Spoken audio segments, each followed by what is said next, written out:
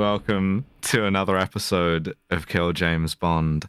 I am November Kelly. I am joined, as always, by my friends Abigail Thorne and Devon. Hello. Hello. Change of name. I think it's Change cool. of name. It's official. I was hesitating on it for a long time. I was like, is it weird to take your name after a month/letter of the NATO phonetic alphabet? And then I was like, one of my friends is named after a county. Probably it's fine. You can do whatever. You can just do whatever you want. You can name yourself anything. We just recorded an episode which will be coming out in the future in which we use the other name. Ah, fuck, I fucked the timeline. Right, you don't That's know all right. this. No, we're sticking with it. We go back. All the time in the world. Hey, Yeah. my stance has always been like, whatever you introduce yourself at the start of the podcast, I'm sticking with it. Yeah. No, I'm going. sticking with Alice for the bonus feed only. You got to pay to hear me call myself No. that. Damn. Yeah. So we're back at it again with another Eurospy movie. And this one, you may remember Le Tigre aime la chair fraîche. The tiger likes fresh blood. Tiger loves creme fresh. Which it was quite good. Like it was weird. It was directed by Claude Chabrol, who was like this kind of like leading light of the French New Wave. You may remember it was the one where Le Tigre cucked the Turkish ambassador, and we discovered that Turkish people are very sexually liberal. Yeah, I mean, Yeah. listen, going in, this is also it's directed by the same guy, starring the same guy. I'm expecting great cinematography, great writing, baffling French prejudice. It's Our Tiger Agent, or Le Tigre se parfume à la dynamite. The tiger perfumes himself with dynamite. 1 out of 3 ain't bad, baby. The tiger smells. Tiger smells like fucking dynamite? Terrible. The tiger smells like dynamite. Yeah. Sure. Okay. Cool. All right. And this was on the maybe pile. It belongs there. It's not good. Yeah. It's not good. It's kind of buff. They made about 2/3 of a film. Yeah, I had these high expectations, which were dashed instantly. I thought my boy could do it twice, but we don't. The thing He is, barely right, did it once. they asked Claude Chabrol, right? Can you find something interesting, like the germ of something interesting in a Eurospy genre? And he's like, yes, once. And that's the Tiger Likes Fresh Blood. This is phoning it in. Je telephone le film into the fucking studio. Like The blood is not fresh. The blood is caked on. yes, And yeah. some of it might be shit. So we open in Barcelona, which is brown. Do we? I Yes. have Yeah. no idea, but oh yeah, of course we do. Okay, fine. Yeah, we open in Barcelona, and as you say, the print in this is in glorious sewer color. It's Yes. what Fecal what isn't brown is grey, and I don't think it was filmed that way, but I think it's aged that way. I think it's come to us unfairly, right? I think there's a lot of this that's meant as spectacle and like, oh look at these beautiful landscapes and stuff that just does not come through at all. Yeah. Then we get POV, you are 009. Yeah, genuinely, Yes. we get a kind of like gun looming into the credits shot, which is fun. It's a like 1911 with a suspiciously droopy silencer. Yes. So I watched this film with nobody, and the person who I didn't watch it with did notice this. Yeah, the very, very, very droopy silencer. Mm. And this is a guy descending on a lift towards our boy the tiger. Mm. And rare that you see like the protagonist in the 009 scene, you know, mixing it up a bit. And it's honestly kind of unclear what happens next. Like it seems like he tries to shoot the tiger, misses, and then just like kind of runs through a fun fair. Yeah, does the tiger shoot him, or does an unseen sniper shoot him because this organization does not tolerate failure? I don't know. But first of all, we see him, and it's an evil blonde man with a gun, and I'm like, Rouge Grant, perfect. We're ripping off From Russia with Love, you know? Not so. Evil blonde man takes like 2 steps through this funfair, and is then instantly domed off by. I think he gets shot by somebody, and he falls over the. The editing is not clear. It's not that we're dumb listeners. It's that the film isn't very well made. The whole episode is going to be like, I'm dumb. I am watching dumb. this movie right now as we record to see what happens to I'm this guy. fucking stupid. Excuse me. But the tiger goes up to him, like, where he's, like, completely dead on the ground, and he pulls a little note out of his pocket. And the note, it says, "You will not escape from the orchid." And the orchid is, like, in all caps. I'm like, Joke's on you. I already shit. had my orchidectomy. He dives off the edge of this like railing. Yeah. He does get shot by a tiger agent, lads. Okay. Oh, good. But it's the rare enemy 009. You know, unexpected. You never see the 007 dome off your 009. Into spy. Does it count as a 009 then? In that case? No, he's a reverse 009. No, I guess this is a different thing. Yeah. He's like number 9. You know, by the Spectre logic. You know. At this point, a hottie in a red dress appears. And I write down. I have a passing 1960s woman dysphoria because she's in this movie to be like, you're going to fucking Guadeloupe, bitch. Yeah, so they get on a Ferris wheel and she's his contact, I guess, and she's like, go to Guadeloupe, meet Commander Damaric when you arrive. Would you like about 15 minutes of analysis about Guadeloupe and its role in French colonialism? In a minute, because first I want to notice that they have this briefing on a Ferris wheel. True. And it's shot like POV you're on a Ferris wheel, and it almost made me fucking motion sick the way this is filmed. There are some interesting directorial choices in this, but they're not good. But they are atypical. Yeah. Anyway, now tell me about Guadeloupe. Yeah, so Guadeloupe is a French overseas department, a French colony without the name, right? It started being an overseas department in 1946. Interesting. Yeah, I know. It became an overseas region in 74, but they only did that because there was like quite an armed and violent independence movement. And I will point out, 2 years after they made this movie in Guadeloupe, in Pointe-à-Pitre, the city he goes to, they had race riots with like French cops like shooting into crowds, right? So we're making our Eurospy movie like very much in sort of like contested colonial territory. And in hindsight, I wish that we had done this, like gotten more into this with like Bond in Jamaica and shit like that. But like, it's really, really fresh that like the sort of colonial exploitation happening here is like absolutely immediate. They're filming the movie around it. And what's the movie about? Just some bullshit, you know? Yeah. Well, actually, I think if we had done this with Bond and Jamaica, it would have ended up a bit like this, because the plot of this movie are that, spoilers, Spectre is trying to orchestrate a revolution in Guadeloupe, which claims to be for the people, but actually is for their own nefarious purposes. And it's like, we would have ended up with the same thing with Bond. It's like, oh, these decolonial revolutions, they might sound good, in the same way that Roger Moore's one was just like, oh, nuclear disarmament might sound good, but actually Spectre behind it. And it's like, fuck off. I mean, Dr. No wasn't a communist. He was just toppling American missiles because he thought it was funny. Yeah, exactly. But, it was based of him. So we go to a very brown looking Guadeloupe.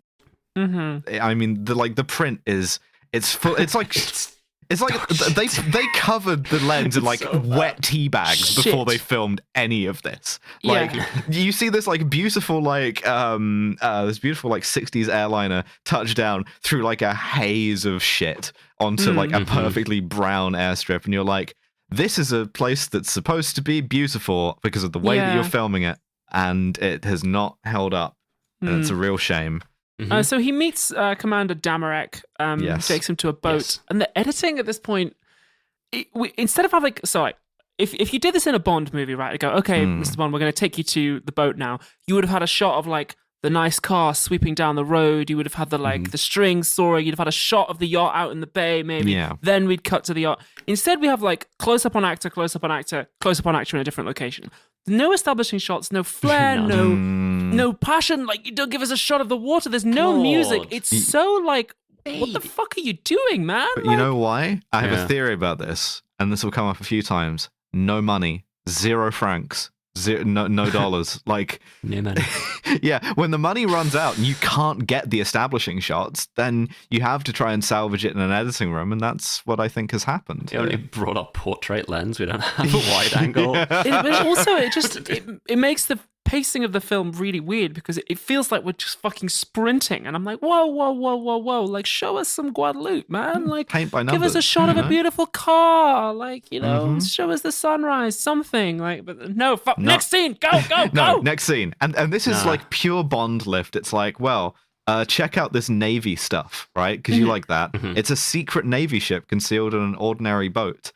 When you start to notice just how much the only thing that these production companies could afford was a yacht, you really start to notice that the only thing. They're like, the end of this movie takes place on a yacht. The start of this movie takes place on a yacht, and they've got a line that's like, all right, this might look like a little yacht, but it's actually bloody disguised, because this is inside is a movie set submarine on land operation. Yeah. It's actually a soundstage in this yacht. A very not moving. They are doing like secret French submarine spy shit with a like French naval crew with the officers wearing dress whites, which is I appreciate really that as a kind of like colonialism thing. Be like, well, standards got to stay up, you know. So Commander Damarique tells him, "Yo, we found." Yeah, he says "yo" as well. Yo, it's weird. He's like, "It's a sub dog." What's up, the tiger? What's up? Hello, le tigre. We found a fucking French galleon which has 700 gold ingots worth $20 million on it on board. Sure, okay. Fuck it, I'm down for this. Just off the coast. Yeah. We're going to recover all of that and take it back to France, obviously. We're not going to let any of the people here get their dirty hands on it. And you are here to basically supervise the recovery, which, like, great fucking spy mission. That would be loads of fun. I'd love to have a spy mission like that. Fucking pirate treasure. Well, it's not really pirate treasure, but like galleon. Let's figure out how to get treasure? assigned to those kinds of missions instead of my like infiltrate podcast stuff. It's do for MI6. It sucks. I really kind of like pushing on an open door as well. You know, like the first podcast to be 100% infiltrated. Yeah, it was really awkward when all three of us found out we were from different spy agencies, and it was like a weird thing. Yeah, that Thursday. I'm glad we kept up the podcast though. Listen, it's just fun to do. We just formed a very real friendship over the course. Yeah. And the thing is, like, the section needs to spend that money, otherwise the budget goes down next year. So, like, it would happen anyway. But yeah, so they're like, right, we don't need you to do shit. We got you in from the Secret Service to supervise. You don't dive, right? We dive. We're the Navy. We'll do all that shit. You stand on the bridge and like look cool, and make sure we don't nick any of it. Basically, yeah, basically. And by God, do they dive? Oh, they dive. You remember Thunderball? You remember the film Thunderball? Remember how Thunderball had all those underwater sequences that were like interesting and fun to watch? They should never have invented underwater photography. It was a bad mistake. What, to try all of these movies. How did they make the sea look brown? A very brown really sea. I mean, the thing is, right? It's a combination of two things, right? Thunderball and Jacques Cousteau, right? So if you try and copy Thunderball in French, you get a bit of Cousteau in there, whether you want it or not. And so the end result is just these like languorous, incomprehensible shots where like at least 4 different factions of color-coded scuba cunts are like fucking around down there. And the other thing about scuba diving is, what people often don't realize when you go scuba diving is that it's fucking dark down there because the sunlight doesn't get there. You don't have to go down very far before it starts getting like seriously dark. Like if you go down to even just like 30 meters, it's like evening time down there and also very blue. And this film has not lit any of its underwater scenes. They've clearly just gone, that's fucking water, isn't it? It's just the light and fluid lit by the sun. And it's like, no, it's not. Fucking. It's not. The water actually gets in the way of the light. You have to bring lights down with you, but they haven't bothered. So I can't fucking see anything that's happening. It's basically a night shoot down there. Yeah, I wrote down a lot of spectacle and wonder that I can't see as well. Wow, cool. Wish I could see it. Yeah. So of these factions, we got the guys in the like black scuba gear are the French Navy. They're trying to like pull up the gold. The least seeable faction. Those are the good guys. And then you've got fucking red, yellow, and blue scuba guys who sneak up on the boat, attach themselves to it with honest to God toilet plungers. Just a wholesale toilet plungers from like a DIY store in Guadeloupe. And then no budget, no dollar. Those scuba guys break the scuba code by conducting one of the most flagrant violations of the scuba code: piracy. Climbing aboard and immediately starting the killing. They wait for the French Navy to recover the gold, and then they're like, "It's gold time, baby." It's killing time, you know? We got them. Yeah, they all get murked by a bunch of filthy Thrank-looking ass guys. It's ridiculous. It's cool. Bunch of like guys with their shirts off fighting.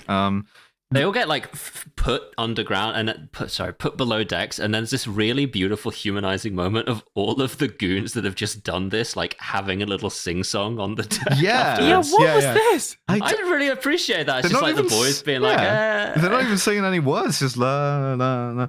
Yeah. Also, so Latigra is in this, right? He shoots somebody. Yeah, he is. What he does is he fires 4 shots at one guy, then throws the gun away for no reason. Because I guess he has like kind of a like location based reasoning, right? Like if you're on a boat, it makes the gun like a flintlock. You got to like throw it away. He fights a classic floor shot flintlocks. He's like bang bang bang bang. He gets in a fight with another guy, punches the scuba goggles off him, and much like the flip flops in the last one we watched, if you're getting items punched off of you in a fight, you're basically fucked. Dead. You got to keep your inventory on you. All of these this fight whole scenes, action sequence, the whole there's no music in this. A lot of it is shot from above. Mille fois. Which is a really interesting choice, like looking down into stairwells. Pas d'argent, Abigail. It's so. I'm wondering why they do that. Also, there's another thing that happens where like it spends a lot of time showing us the corpses, which we wouldn't have in a Bond film. It's like really showing us the kind of the consequences of this violence, and I'm like, at this point, I didn't realize that this film was made for like no pence, and so I'm like, what's like the filmmaker trying to say here? I'm still trying to like analyze it before I just realize, it's just a bad movie. Yeah, I mean, so like, the filmmaker's trying to say one more movie. Yeah, up on deck, the boys are doing karaoke, having one. Downstairs, Latigra is having like a fight scene that looks like it was filmed underwater. My fucking guy. A fella wearing blue goes down into the control center. This guy, I have a drop, right? Nate, can you please, I'll send you this separately too. You can just mix in. This is uninterrupted for length. What he sounds like. He comes in the control room. Latigra is hiding. And this dude just is like...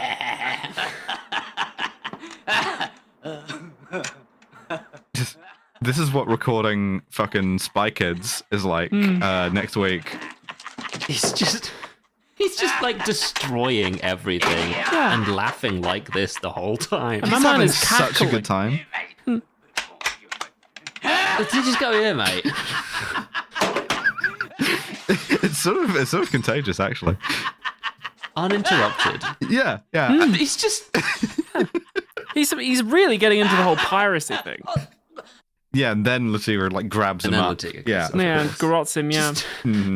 Just the full length of that, and he's just destroying it, and it's a wide shot, and you can see Latigra waiting to go in. This guy is functionally an orc, great fun. Right? Like he's basically he's having a great time. Latigra kills him. Fucking Duvet from the last movie is with him as well. I wonder who the fuck this was. Yeah, it was this is mate from the last one. Jimmy Olsen. Yeah. Yes, 100%. Also, I do want to say, as he like hops over a thing, you get a shot of Latigra's disco-ass white loafers. And I'm like, sick. So at this point, another boat rolls up to unload the gold. The bad guys rig the original boat to blow up. So Latigra has to like jump overboard to escape the explosion. And then him and Jimmy Olsen swim to shore. This is like the first time we get any music. They don't swim to shore. They swim to fucking Guyana. Like which is a different place. Like really?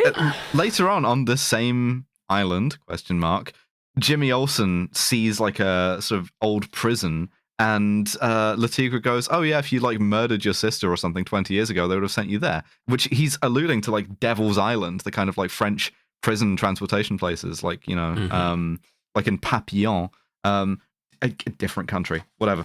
My note for this whole sequence is, if you like middle-aged Frenchmen half running, have I got the film for you? They just gently jog around the island for the rest of the movie, roundabout. Pretty much. Yeah, the tiger and his boyfriend wash up on shore. Boyfriend is not said lightly, by the way, and we'll get to that. Yeah. They just start like having a little look around, just having a geeze, basically. Yeah, and they see this guy who's going to be one of our bad guys, Vermorel, stepping off the boat with a briefcase. Do you like a really long shot of 5 men walking uncomfortably up a beach? Because we've got it.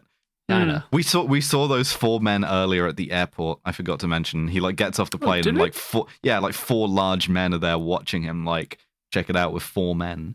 Oh, I didn't notice that. Yeah, the four men they just reveal a bunch of standing dudes for a moment. Yeah. So they go in they hide in the jungle as these four men are walking around uncomfortably. And then Tiger says, "I'm going to go in for a closer look." Yes. And then Jimmy Olsen says, "What? I don't get a kiss?"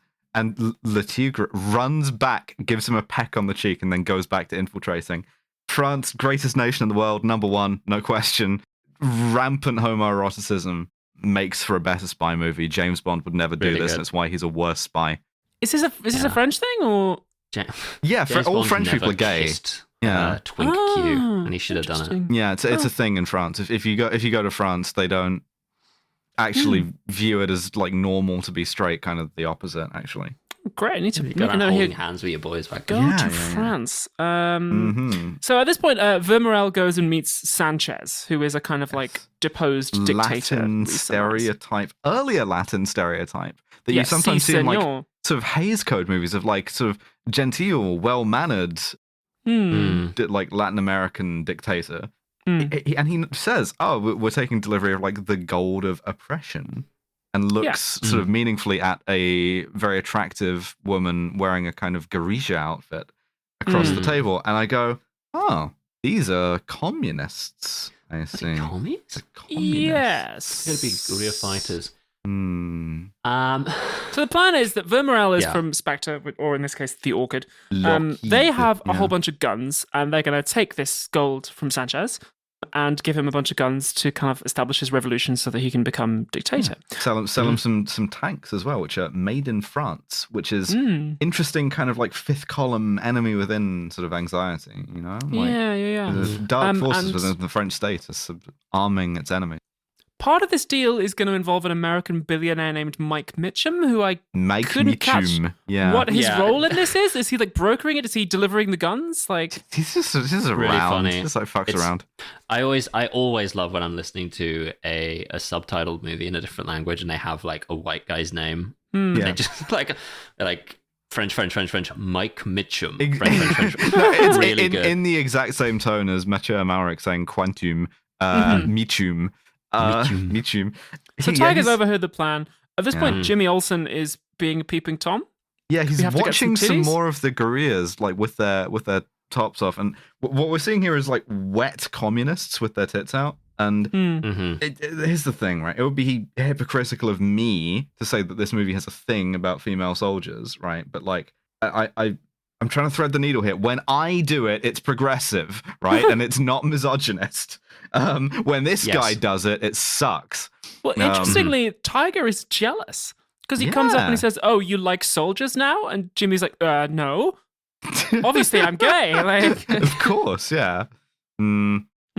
Yeah, the line is like, "Oh, there's a revolution," and Jimmy's like, "Left wing," and Tiger's like, "No," and he's like, "Right wing," and Tiger goes, "Worse," and that's as far as they go with it. Yeah. Just to be like, don't worry about it. Those commie Nazis. The Tiger sees a horse-drawn hearse in the jungle, which is being drawn through, which is it's like a strike. It's like jazz fucking, funeral. That's crazy. It's like a Gira, Wrath of God, in terms of like sort of abruptness of image. It's really that's quite good. Like. That was the bit that I was like, oh, there's some movie happening here. Yeah, it happens once or twice. He accidentally makes a movie by accident for one scene. Yeah. Once or twice is accurate. So Le Tigre is putting stuff together in his head, and then they just get out of there, back to town, back to Cayenne, apparently, which is the capital of Guyana, like a different whatever. Literally not the same. And then at this point, we meet RM, who's a guy named Pontellier, who is kind of ineffective and a bit shit. Yeah, he's literally the colonial officer, and neither of them can stand him. He doesn't want to do any work. He's like, this is a shithole. I hate it here. Because Tiger's like, we gotta arrest Mike Mitchum. We gotta search his billionaire yacht. Yeah. And Pontellier's like, no, we can't do that. Like, Mike Mitchum was a stand-up citizen. Blah blah blah blah blah. Sanchez is definitely a crook, though. Yeah, he's a law cuck. Yeah. Also, by the way, Mike Mitchum's yacht outside the office window. They're looking at him through binoculars, and I will say, Mike Mitchum is wearing the Goldfinger fit, like exactly. He's just Goldfinger. He is Goldfinger, yeah. He's got the like gold lame sort of beach outfit. Pontellier uses a racial slur casually, just drops that in. and apparently, French colonial officer.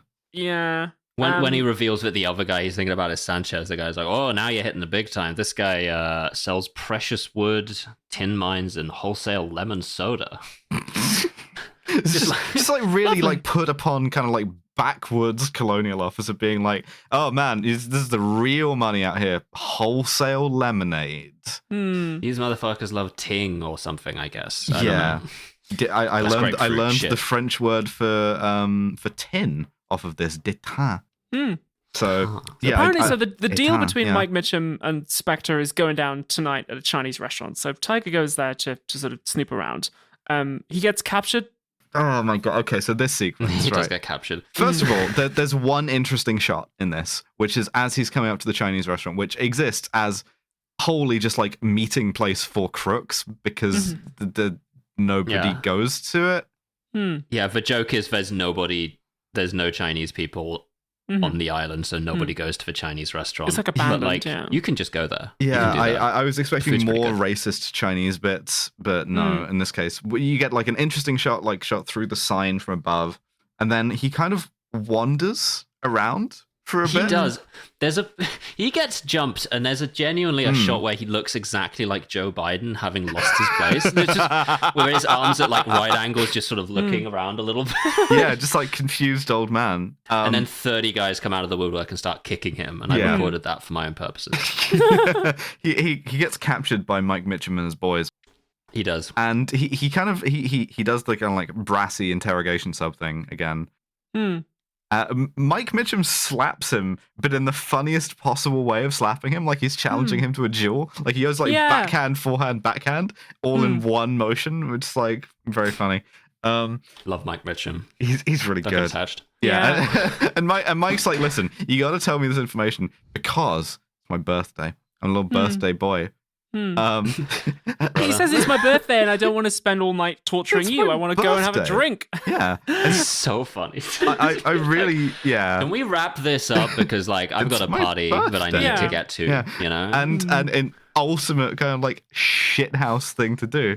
Le Tigre's like, oh, that changes everything. Here, come here, back, come here. And like wait until he's writing zero and he sings him happy birthday and then gets the shit kicked out of him. Very good. And then he gets locked in the Chinese restaurant's dungeon? Yeah, the Chinese restaurant dungeon, the dungeon that they have in the Chinese restaurant. You go there if you go in and start ordering in perfect. White boy shocks Chinese restaurant owner by getting imprisoned in perfect dungeon. Yeah, me being imprisoned in perfect dungeon. Oh, I know this food's about to be fire. For real though. So yeah, Mike Mitchum leaves, and all of the guerrillas show up, and they just grab Mike Mitchum, and it's his birthday. They march him down to the beach and with absolutely no ceremony, like firing squad execute him. Like, what the fuck was this about? It was his birthday. I thought this was the villain of the film, and then like someone else was like, no, this motherfucker's dead. You can't execute someone by firing squad on their birthday. That's so insulting. Like the way that he's spoken about and like shot and built up, the way that he gets time with like the Tigre and like they get banter back and forth. He's like being set up as, if not the primary antagonist, then at very least like a decent secondary one, and then he's just like fucking killed in the next scene. This one guerrilla commander, I don't even remember if she has a name. No fuss. Like she's out here just like go off, like kill instantly. No due process whatsoever. Expectations subverted, I guess. Yeah. They took my boy out on his birthday. Yeah, and then they just leave. And he has to like break out of the fucking Chinese restaurant dungeon. Presumably he does that off screen. You hate to order in perfect Chinese and then immediately get executed by firing squad. Chinese restaurant owner shocks white boy by perfectly executing him with firing squad. I would be shocked, to be honest. Something else about the firing squad. No, like conscience bullet at all. Just one guy fires. The rest of them are just there for show. They're like, no, he's the guy who's going to kill you. Yeah, and then don't fuck around. No. The commander just comes and sprays the body with machine gun fire to make sure. His birthday! On his birthday! He's a little birthday boy. This is so mean to him. Really love it though. Fantastic stuff. Many happy returns. Oh. so I guess Latigo just like fucking jogs back to town, more or less. Yeah, then we just cut to the next scene, which is a kind of like luncheon party with the colonial officer. I'm like, what the fuck's happening? Yeah. Yeah, Antonio Banderas was in that scene, but they fuck, that's forward. Shit. Oh. So Pontellier is like, check it out. You remember the Great Spy Chase? Better movie than this. About how like there's camaraderie between spies of all nations, and there's like 5 of them who are in a kind of like cats versus dogs thing with each other. Well, they're here tonight. We got American FBI guy. We got Russian KGB guy. We got Chinese lady. We got West German guy. We got 5th guy. I don't remember what his deal is. So Latigra's like, damn, all kinds of guys. There's like loads of spies on this island. Like something must be going down here. What's going on? Yeah, what's fucking happening? So he chats to one of the other spies. The Soviet one, who is like the nicest to him. Yeah. And they're all hunting the orchid, which is like Spectre, basically. And this like Sergei, the Russian guy's like, yo, Vermorel and Sanchez are working for Spectre. Because it's funny that like the French intelligence service are kind of behind the curve on this. Yeah. Also, just to note here, as of this point, the only black people we have seen in this movie are servants and musicians, and this will remain true for the rest of the movie. Yes. And I gotta tell you, I don't believe they were getting a paycheck. Nope. So, also, as they're having this sort of soiree, a plane airdrops a bunch of leaflets, red leaflets, over that are like General Strike, because the fucking Committee for the Revolution says so. It's unclear, the politics of this movie. They sort of are just pointing at like the situation in Cayenne or Guadeloupe or Guyana. Whatever. Those 3 things are sort of one thing in this movie, and they're like, stuff's just happening politically over there. That's crazy. Anyway. Yeah. Well, I think the politics of this movie are like very anti-communist, but so anti-communist that in a way that doesn't even fucking make sense. It's like a phantasm of communism because the communists are like also Nazis. And Gaullist also Eurospy movie, yeah. I tell you what, having watched this, I understand OSS Saint Dixit, the like new ones, ton better. Yeah, rewatching the OSS Saint Dixit movies after doing the Eurospy season, you're like, wow, this is so tightly observed. Yeah, genuinely. Everything here is so good. Yeah. The other person at this lunch party is the guerrilla commander, who is Miss Sanchez, who's like Sanchez's wife or daughter. One of the two. But then like, she goes up to Tiger and was like, yo, what's up? And then they immediately shag. Fuck extreme. Well, like the thing is, he flirts with her in like, classic Eurospy way, but it does the thing that I quite like, right? I've talked about this before, about how it's like problematic, but it's a lot less toxic than the other options, which is where the sex is like obviously perfunctory and like playful for both of them. And she's like, hey, I want that like Eurospy dick. And he's like, sure. So they fuck. Right. And then but then the movie starts getting good. Then the movie starts getting good because she's like, thank you for the sex. Let me just reach over to the nightstand and hit the trap button. And she hits this button and oh my god. So the bed retracts into the wall. She disappears back into the wall. Yeah. Horizontal, like she's not moving up or down like a Murphy bed. It just goes back into the wall. And descending down in like sort of baskets in like concealed ceiling cavities are the 4 dudes plus a cowboy. 4 guys. Hell yes. And I want to know, these guys, right? There's no access up there. Those guys were in the ceiling when they were fucking. Like they were leaning in like the lives of others. They were experiencing pure parasociality in that moment. They were listening to them fuck. It's like, I hate it when my hookup presses the button and then 5 dudes descend from the ceiling. One of them has a knife. Don't necessarily. One of them has a lasso. Again, I don't necessarily. Why do they have to be guys? Is my only note here. None of them brought a gun. True. This is true. I really love the guy who's just like threateningly whirling a lasso after descending from the ceiling in the room that you're in. Just been like, you're going to throw that at me, brother? Oh, he tries. I am a foot away from you. He tries. Yeah. Red Dead 2. We'll get to that. This is this is Red Dead 1 is what this is. Like he tries throwing him throwing the lasso at him, and this surprisingly does not work. I think he hits his friend with it. You get a lot of these like goons in Eurospy movies. They really want to set themselves apart from their friends, so they pick like one weapon to use. And you see this in John Wick movies as well. As a guy lasso, shows up with Janvier, laser a pair whip. of sai or whatever. Yeah. Don't go with a lasso. Yeah. There are situations where you can really fuck yourself by trying to decide that this special weapon is your thing. As we will see. You know what my special exotic weapon is gun. You know, like full size, like AR-15 style. This is a gun. rifle. It shoots real bullets. It's a tool, motherfucker. It just it gets the job done. Yes, yes. But he reached into the toolbox and he pulled out lasso. He's like, all right. A guy tries to like throw a knife at Le Tigre, and Le Tigre catches it in midair and throws it at another dude, which is sick. Yeah, that is sick, cool. but like a sort of heartless betrayal of the ethos of instantly throwing a throwing knife at someone, which, as we know, I'm fond of. Yeah, we've built up a lot about this. I imagine if when you leave the henchman HQ, there's like a lucky dip for like what your weapon's gonna be that day. It like comes up out of the ground on a sort of pedestal thing, you know, like a loot box. And you're like, oh, not the fucking lasso. Oh, for fuck's sake, it's the bow and arrow. It's like Hitman Freelancer, you know, like it comes out of the thing and you're like, what am I doing with this? What do you want me to, do I want to stick this on my fucking ass? What do you want me to? Okay, I'll use the lasso and hide in this woman's roof, I guess. Yeah. Anyway, Le Tigre wins somewhat unsurprisingly, given that none of these guys brought a gun. Yeah. Brought Like a the only lasso threat was to a knife guy, gunfight. and knife. A knife guy like threw that knife minute one, which throw your primary weapon away. Not a sensible decision. Yeah.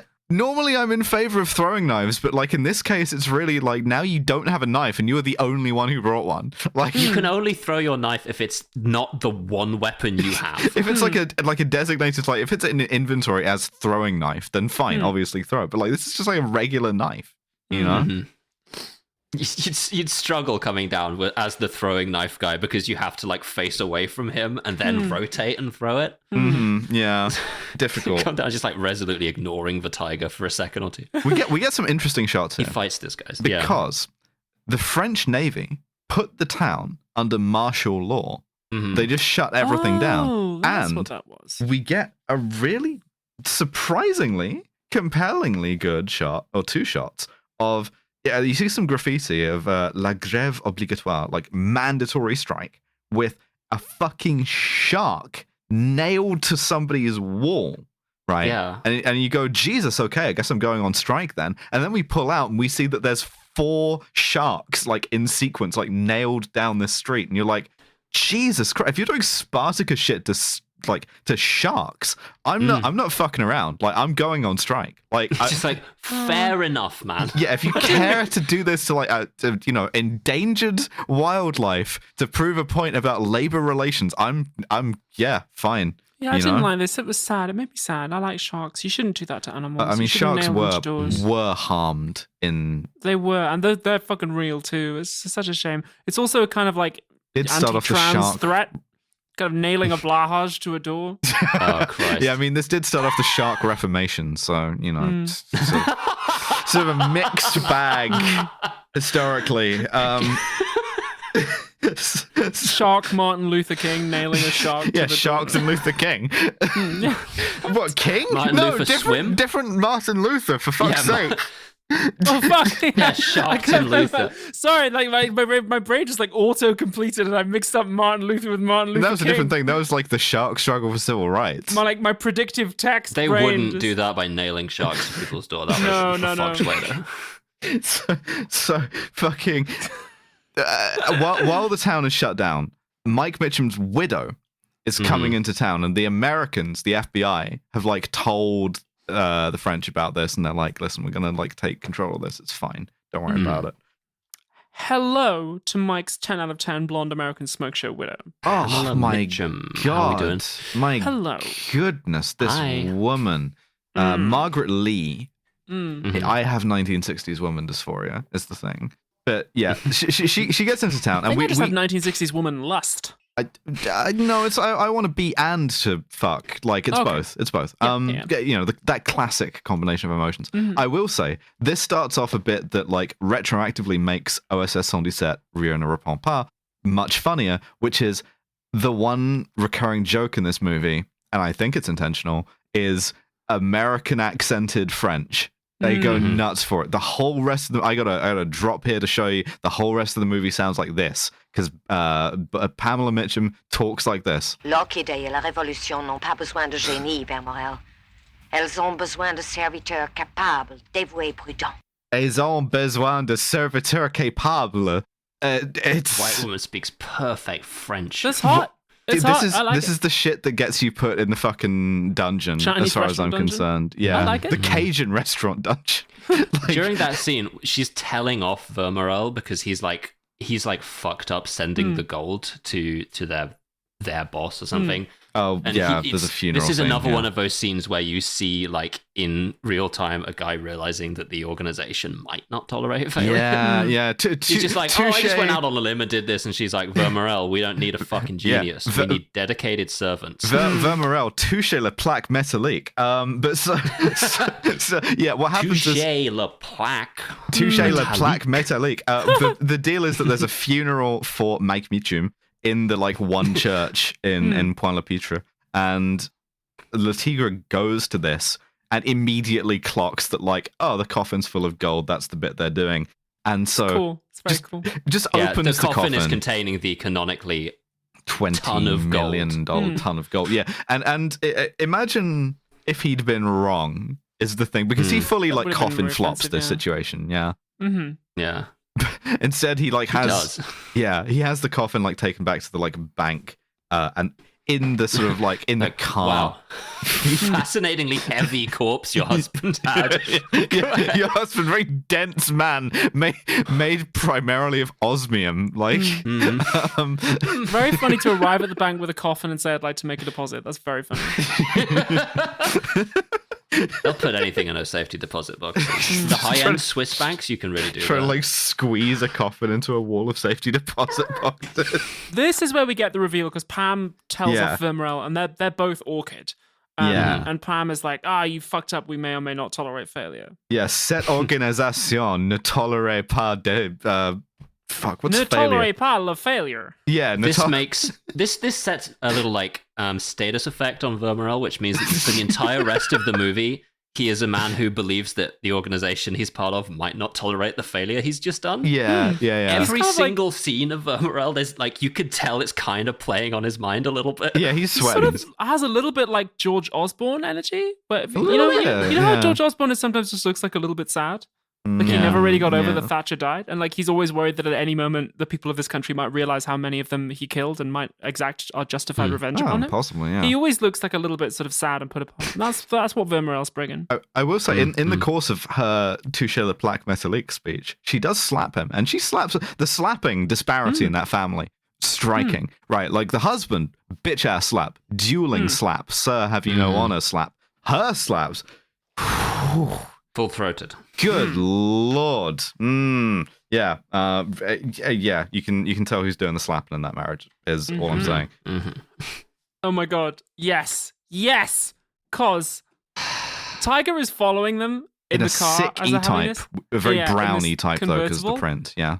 And at this point, Lasso guy comes back. Oh. For Red Dead Redemption 2. All right, listen, Red Dead 2 hits the movie. Okay, close range, Verlasso hasn't helped him, and he's like, fuck it. All right, I'm not giving up on this. What if I had tried to get him from long range? True. So we see the lasso guy bolting a red dot sight to your lasso.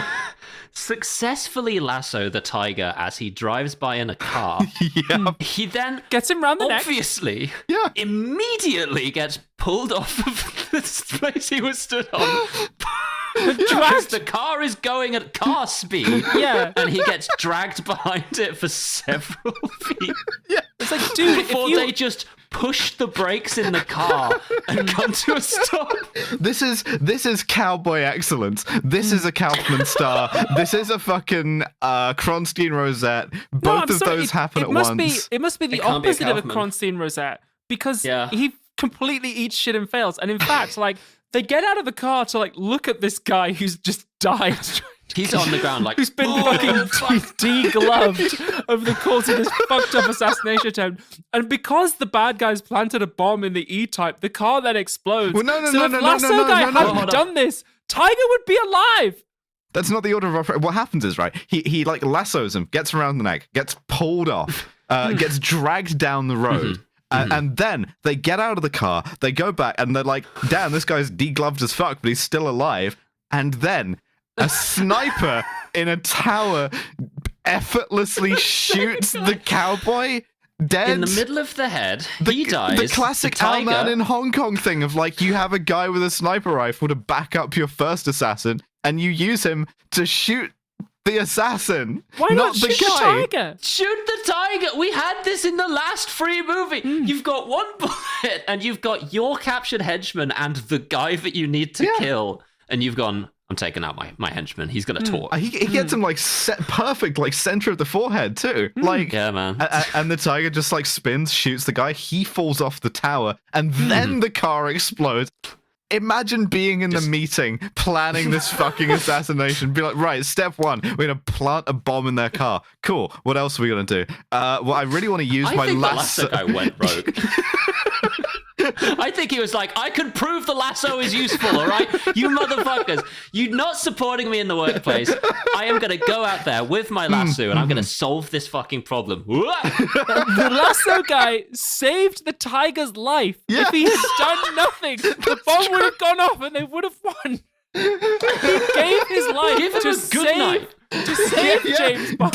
Good night, Cross. Honestly, undercover cowboy agent. Like, he saved him from the bomb and he took that bullet for him. He saved his life twice. And then at the end of that scene, the tiger's just like laughing as you would if you were in that situation. Yeah. Like, okay. Like, fine. Great.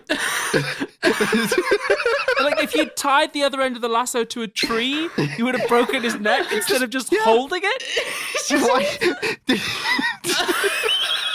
I want to know, like, how did they conceive of when they were writing this? What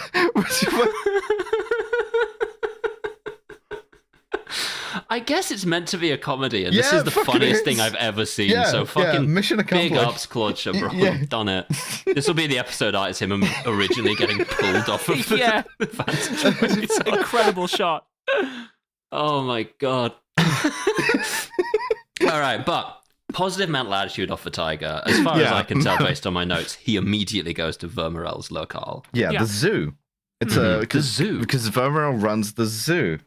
He does run the zoo. And so what he does is they do some cop shit. My God, They're like, let's toss the room. Who are you working for? Fuck you, who are you working for? Fine, by the numbers. Vermerel runs a slightly more subtle version of Napoleon Solo's classic, always be escaping. If they think for a second that they have got you under control, use that moment to try to escape. Like, they get him in the office, he tries to go for a gun in the desk. They get him in a secret room, he tries to go for a fucking, like, I don't even know what he goes for. He just goes for something. Lever of some kind. Yeah. Like, he's always escaping. He's always going for it. I also really appreciate that, like, while they think he's a normal guy, when they're looking through his office, Duvet is, like, just pulling shit and throwing it on the ground and maintaining eye contact with him. Really good. So insulting. Just like, fuck you. They find his secret room where they have a bunch of newspapers with tomorrow's date saying Sanchez is president and Vermerel is minister of the interior. So, okay, he's involved in real smoking gun shit, to be fair. Yeah. Vermerel then beats them by throwing water over the tiger whilst he's on the phone. Oh, that's what he does, yeah. Which electrocutes him. Yeah, he knocks Duvet out by gently stroking his neck with a newspaper, brackets question mark.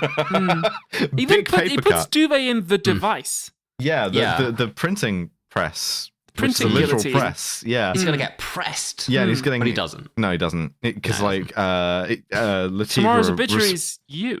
Fucking Tomorrow Never Dies ass. Latigra recovers from being electrocuted quickly enough to, like, pull Duvet off the thing.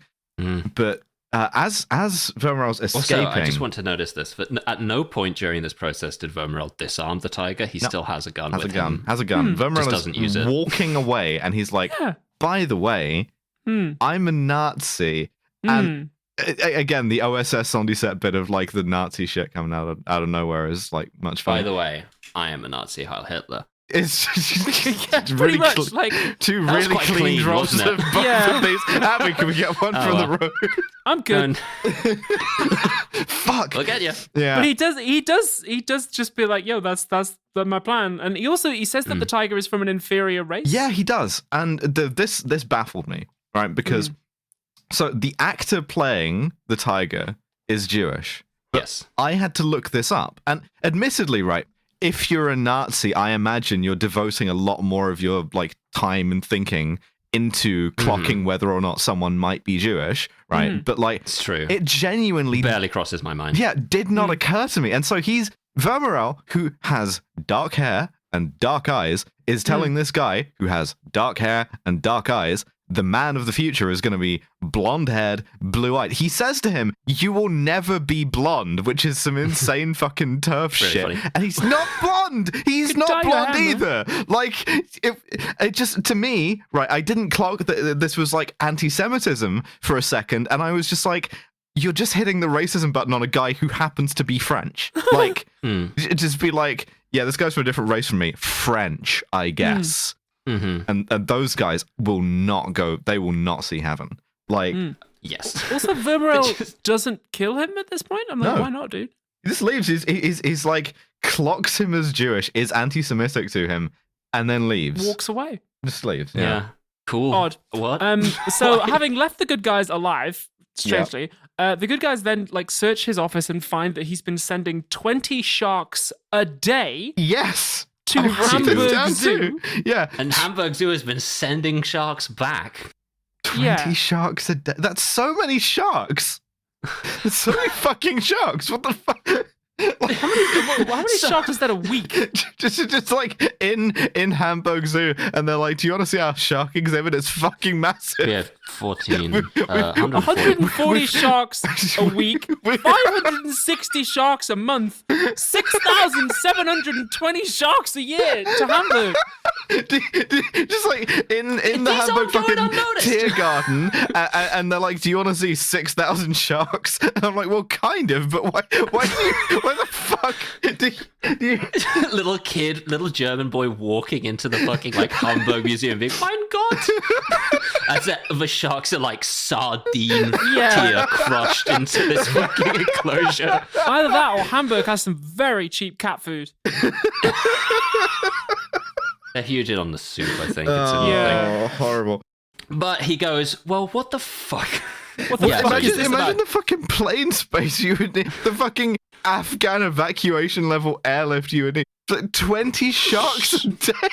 Sharks on a plane. Evacuated all of the sharks out of Afghanistan, but none of the interpreters. Yeah. It was so fucked up, man. Yeah, Penn Farthing's shark charity.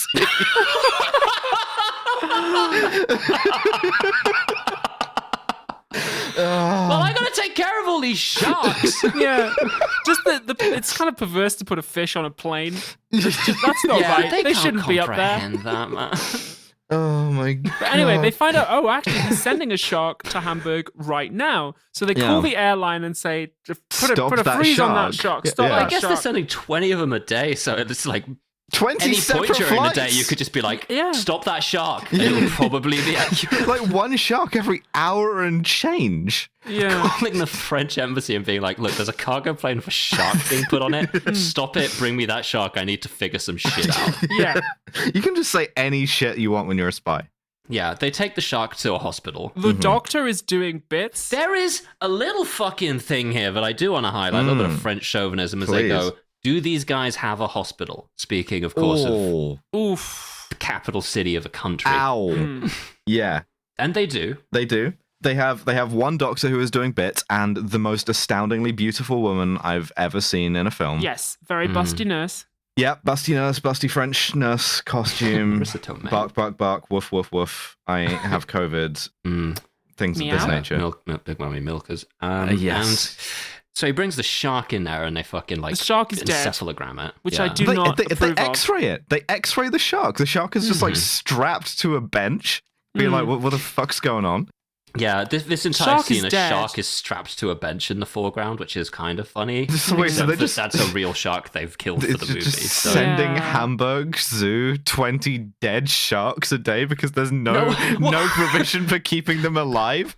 They don't bother with this because what they actually go is they go, "Oh, the shark is sedated. Come in." And I'm like, "No, he isn't." What the fuck? That I shark assumed is- that was a joke because the shark is notably not in Dead. the water where the Yeah. shark needs to be. And I was like, oh, they're sedated. Are they like pumping water over its gills to keep it alive? No. No, dead. the shark is dead dead. shark. They killed dead an shark. animal to Nail make that this guy film, to and a I door don't in a like minute. it. One of my favorite animals Martin too. Luther King. is about No. I have a dream where black-tip So sharks finish the line. and white-tip Say it. sharks. It's about to nail the shark. Good. Okay. Martin Luther King is going to nail that shark to a door over the general strike in Guadeloupe. Yeah, And they find out that the shark contains a mini disc. yeah, it has a tape. There's over 5,000 songs that have been downloaded onto that shark. The shark contains a coded message to the Nazi who runs Hamburg Zoo. Yeah. And they're sending this guy 20 a day. That is How their much chosen do you way. need to talk to this motherfucker? Also, why is the message also in code? My last shark. They are communicating via shark. Why are you in a position where you need to send 20 a day? How are you in a... They're not my going back and God. forth within 24 hours, are they? Getting a You're not going shark to be that says- replying. But the You shark latency. I guess maybe he's just got several conversations ongoing. It's just happened. I hate it when I check my shark and there's like 500 messages in the group chat. That's why they were nailing him to a door. If you opened up the shark, it said general strike inside it.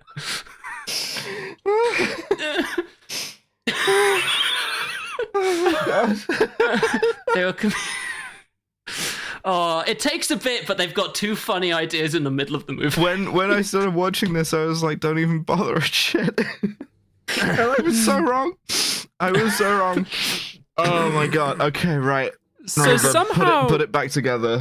somehow Yes. Duvet cracks the code in this message. Not entirely sure how yeah, he does this. yeah. It's like fucking Nazi Sudoku or something. The revolution is still on. The boss is coming to town. The chief of the Orchid is coming. And instead of being paid in the gold because we fucked that up, we're now going to be paid in tin. Which, why? Well, we instantly figure that out because the tin in this area has uranium in it. And if Spectre get that, they can use it to make a bomb, we presume. Maybe. Yeah, you stuff enough sharks together, and you've got yourself a nuclear weapon. Then Yeah, they gave up on putting all the gold into one coffin. And they're just like, what if I put one gold ingot into 30 sharks? And but send then that with to tin, Hamburg? Yeah. Well, they did lose the gold. That is true. at this point, Pam calls. Pam Yeah. calls the tiger and says, "Come onto the yacht and fuck my pussy." yeah, she Which- does. And Would as, love to get a as, phone call like that. as you literally do get phone calls I like believe that. that you've gotten calls like that. So, I've not gotten calls like that about a yacht. oh, so it's the yacht part that matters to you. I see how it is. Well, both That's fair. together. But yeah, so as he's leaving, Duvet is like, "Where's my fucking kiss? Do I not just get one?" Like he Oh, yeah, gets he jealous says, again. No. I love Duvet. Oh, you know, They get this little Very kiss. sad. And then the tiger has a scene with Pamela Mitchum. Pamela It starts with Mitchum. Pam going, Oh, not yet. oh, go on, sorry, Because please. first he meets Sergei, the Russian spy outside. Oh, And Sergei yeah, is yeah, just yeah. like, I need to be killed now. He gets shot by the window sniper, who again does not kill the tiger. And then He he gets says, lassoed. I know who the head of Spectre is. Hans-Heinz Wunschendorf. Yes, Hans Wuchendorf. And the guy goes, "Who the fuck is Hans Wunschendorf?" At this point, I was about to, okay, like the leader of Spectre is obviously going to be like someone we've already met, right? It's going to turn Yeah, out of to be like course. Vermorel or Duvet or Pam, maybe, like, because the reason so many films do that, it's like, oh, the bad guy's someone we've already met, is because it means you don't have to waste time setting up characterization in Act 3. It's like, oh, it's someone we already know. Great, okay. Yeah, he's But the author this of All film- Your Pain. You know, This Yeah. film does not do that. So instead, No. later on, we're just going to meet an entirely new dude who's our main villain for the last 5 Yeah. minutes. And it's like, Hans Wunschendorf. Yeah, he's the whatever. author of All Your Pain, but he's been writing it on a shark and sending it long distance, to yeah. Guadeloupe. Der He's the Schrift- correspondence Schriftsteller course in your Alle pain. deine Schmerz. Yeah. So he goes like Sergei gets killed, and he gets he goes to the yacht mad, Mm. And he enters into the hookup mad, but meanwhile... I'm so mad. I'm going to go have sex with my boyfriend, so I'm not mad anymore. Pamela hits him with some real like voice training moments. She's like... My darling. My darling. Which I'm keeping that for future use to kind of work towards. And then she's like, how would you like it if I was racist to you? She says, you're from an inferior race. Yeah, genuinely. She's like, what if I busted out the like Nazi roleplay right now? Which, like, bro, okay, first of all, I am a Nazi. However, would you like to fuck? Yeah, would you like to fuck Nazi style? I don't want to know what fucking Nazi style is. No. I know that shit isn't enjoyable. No. So he slaps her, which is not good. And she... You can slap Nazis. Yeah. Yeah, but like this is actually before she springs the Nazi thing on him. Like, okay, that's bad. Because because she's like, hey, why don't you fuck my pussy? And he slaps her, and he's like, my best friend, I guess, just got killed. Tell me why. Fucked up for duvet. Yeah, and then she's like laughing evilly. Like she plays this off. I will say this. Like I appreciate how much she like takes all of the power back off of him, even though he like hits her. And then she kind of sexually assaults him by being like, do you want to do Nazi stuff? Because I do. So like she literally, she won't let him leave until he fucks her Nazi style. Yeah. Because like she says, you're from an inferior race. Do you want to bust in my pussy? Yeah. He slaps her. She's like, I thought typical... that was the opposite of what the Nazis view of like whatever. She's like typical male aggression. And then she says, you're only fit to live in kennels, which... No one in our audience would find that hot. Yeah, I'm just going to hit like a clicker a bunch of times. I don't really know what the cat equivalent of kennels is, but... You can put a cat in kennels, I'm pretty certain. Like, yeah, I don't like it. Cats don't like fucking anything, you know? Like, it's just a strong That is true, they really are fucking... Anyway. Yeah. They fuck Nazi style. They fuck Nazi style. He fucks Nazi style. He then leaves, and then we get the reveal because Pam then calls the American embassy. He's like, hey, this is Pam. I'm not a Nazi. I'm with the CIA. Yeah, she was just doing this for fun. Like, she just has like a race play thing going on. Like, she didn't need to. She didn't need to do this. You know? Like... Yeah. What was the point of any of this? She could have just been like, hey, I'm in the CIA. Do you want to like fucking my pussy? But like... yeah, she could have told him before. Single least interesting way I could have phrased that. It's like, I want to make fuck with you kind of ass. Vermorel hears this and is like, aha. And then at this point, the tiger is captured by Vermorel's self-driving car. What I really love is the tiger's like, this broad's like, all right, we're gonna capture you. I'm a Nazi. We're gonna capture you, and you're gonna wait for fucking Hans von Wuchendorf to arrive. Yeah. And he escapes, and he goes, well, I gotta get away from this fucking Hans von Wuchendorf. Sits down in a car, and immediately all the doors lock, and you hear some voice go with the radio goes, my name, Mr. Tiger, is Hans von Wuchendorf. And you're like, fuck, shit. It's the one thing I didn't want. They get a self-driving car directly to the final act of the movie, which is the zoo. The zoo. Back to the zoo. Very funny to have your climax take place in a zoo. And immediately, first of all, this woman has been captured, and they have placed her in a kind of leopard print slave layer ensemble. Ridiculous. She's like chained to the wall. Yeah, it's not good. Yeah, Hans Heinz von Wunchendorf shows up. He's got a monocle, which I always appreciate. Yeah. He has a monocle, he does a Hitler salute. That's the extent of his characterization. I mean, the thing is, he comes to the meeting, right? He chairs the meeting. He's like, Heil me, does the Hitler salute. Everyone else claps. And you've got to think it's got to be embarrassing, right? If you're the only guy doing the Nazi salute, and the response is like polite applause. And everyone's like, "Yay!" Not even that. Just like golf clap. Just like, what is this? The Conservative Party conference?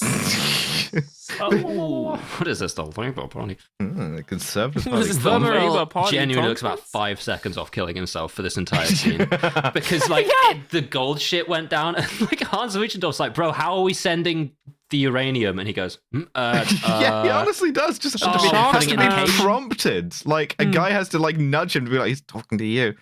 Like genuinely, he's lost in reverie. He's like, fuck.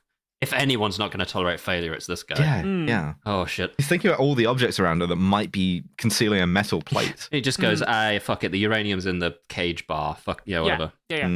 Yeah. Cool. Yeah. Fine, cool. The tiger is brought in and captured. Great, cool. Yeah. But then he Sick. picks his handcuffs using Pam's hairpin. Sure. But at this Sure. point, the movie runs out of money, and Yes. it's really noticeable. $0.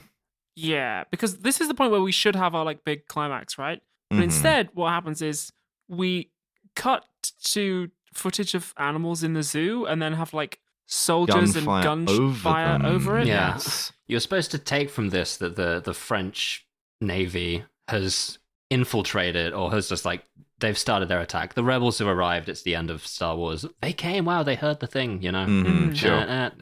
But they don't have the budget for that, so instead there's just a lot of shots of animals looking panicked and like gunshot sound. You get a bizarre shot mixed into this of Duvet getting out of bed completely naked and just his bare ass. What's that Yeah. about? Because he was... That's Also, comedy, who baby. called the cops? Who Guess saved the Pam, day? Because How? she phones the American embassy. How do they know where she was at the zoo? I don't know. The movie ends and the tiger doesn't do anything. Well, which is very funny. he has a fight first. He has a what I've written down here as a shirtless Nazi whip fight circus. Mhm. Yeah, so he escapes from the place where he's being held, and they run for it, and then he winds up in a cage, and all the getting bad captured guys are like again. watching him, and Yeah, I'm like like, the end of Salo. when did you set this up? Yeah. Was that your plan to let him escape and run? Because as he's running, they very clearly have opportunities to shoot him and do not. So I'm Yeah, like, and then were you there's trying to get him into the cage? Why? I don't know. There's They don't two wanna kill big us, shirtless Nazi dudes, like the Indiana Jones guy, just whipping him. Was this meant to be a kind of like display of racial superiority? Like it's very don't odd. But know. anyway, he beats them at great length. And then the all bad of guys. the Nazis are like sat around watching this, like guys watching the penguin display at the zoo. It's fucking bizarre. And then the bad guys run, they are captured, Pam kisses Tiger, and then the film ends so hard there aren't even any credits. No, just just goes, end. "Fin." Fa. What I do really like, there's a slight slapstick nature. All the villains are trying to run away, but they're trying to like go through the back ways of the zoo, and they're like crowded up against the bars, just being like, Vermeerl, you have to unlock it. And there's like a really long shot of Vermeerl having to unlock. There's a tiger there, which you would think would maul somebody, but no. You think that, Like do I something thought with it? Vermeerl very depressedly walks up to the tiger, and my read of that was like, oh, he's gonna like let Suicide the tiger out. by Like, tiger, he's gonna, yeah. That's thematic. 'cause Touch the metal guy is tiger. the tiger, Yeah. you know? Yeah. Yeah, interesting. Doesn't happen. Movie's over. Yeah, they just the gorillas all get arrested. Movie ends. Movie My ends. notes say ends. Tiger It says failed Finn. completely and the cops saved him somehow. Yeah.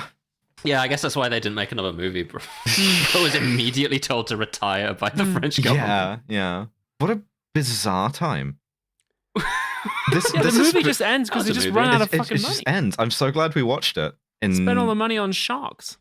Well, we Yeah. got the shark thing and the guy with the The lasso, shark thing. quite I don't think frankly. I've laughed harder in a minute. So That'll do. yeah, that'll do. But we don't have to speculate idly about numbers of sharks killed. We You're have a so right. science-based system.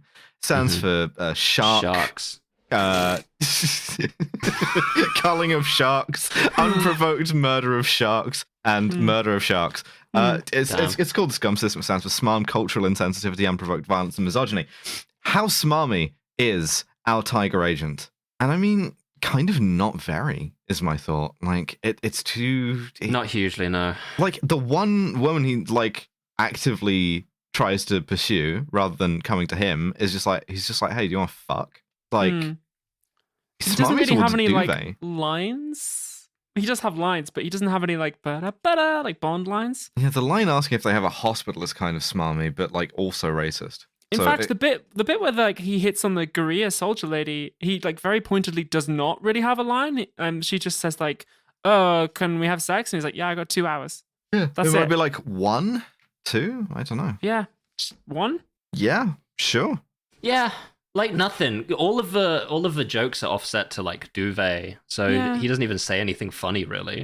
Yeah, just one. One, yeah. One. Cultural ins- insensitivity. Oh, I mean, it's more interesting that you set the thing in a French colony that is sort of at the time you're filming it, experiencing like sort of serious racial tensions and violence, and then your film is sort of about that, but not really, right? Yeah.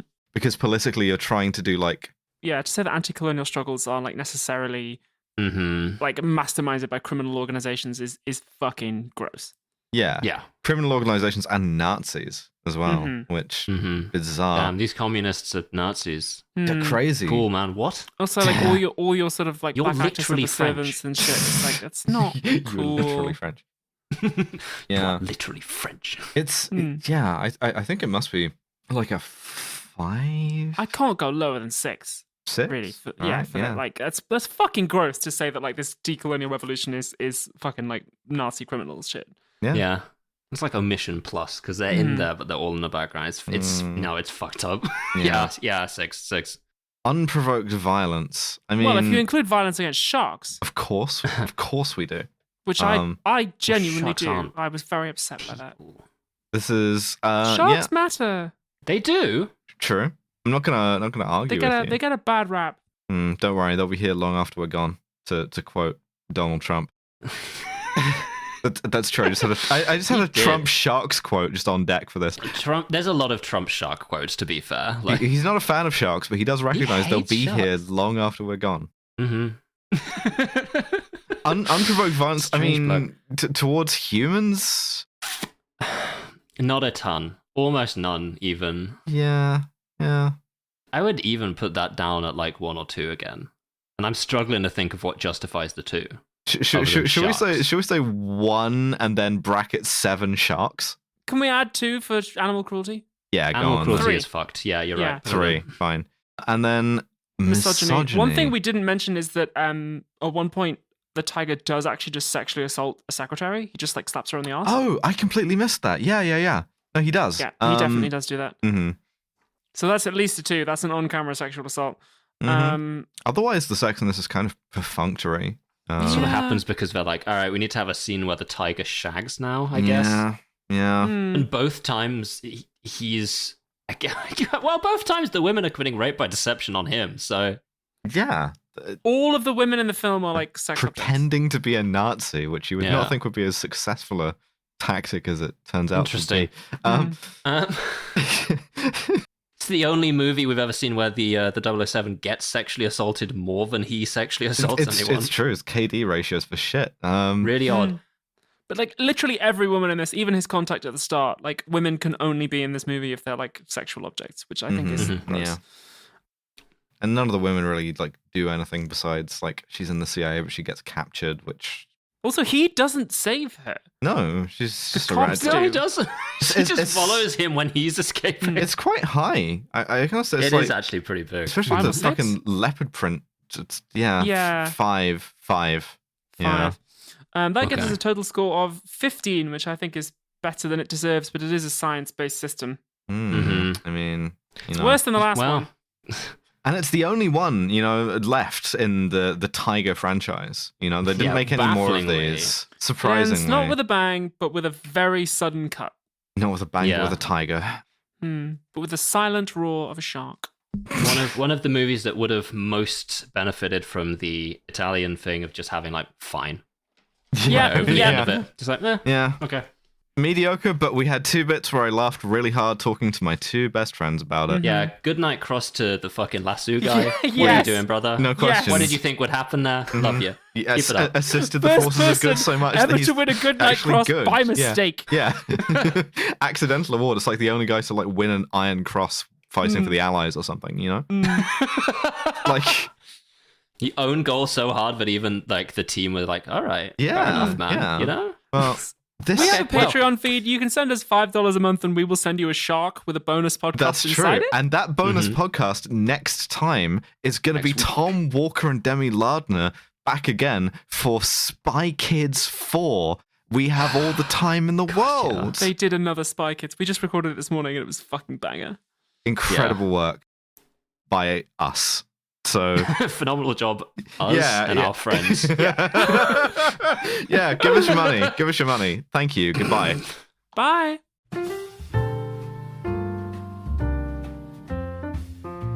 Thank you for listening to yet another episode of Kill James Bond. Next episode in 2 weeks' time on the free feed is Modesty Blaze. But if that is simply too long for you to wait, then we have a Patreon, patreon.com/killjamesbond, all one word. And you can sign up there for as little as £5 a month to get access to our entire backlog of bonus episodes, which at this point is probably close to like 70, because it's every 2 weeks and it's been 3 years.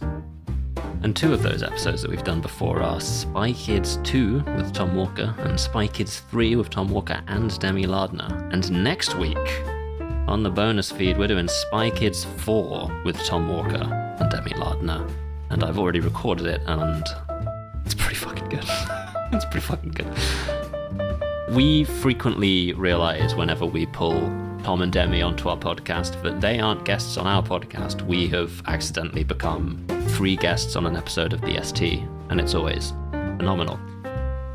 But speaking, of course, of our beautiful patrons, we would be nothing without our £15 and above patrons, and those are Space Northpaw, Lo Bjornsdottir, Candy Fox, Freya Aloysius, Gustavo Lira, Little Maybe, Jack Holmes, Mike Berg, Hannah Oberhardt, Nick Boris, Power Dad, Jason Hager, Nato Mori, George Rohat, Kentucky Fried Commie, Drone Lover, Yarrick, Melody Mora Gonzalez, The Noun, The Verbs You Instantly, Labor, Delenda Est, Callan Burney, Jay Martindale, Trip, Library Hitman, Jonathan Gert, Max Gamenhart.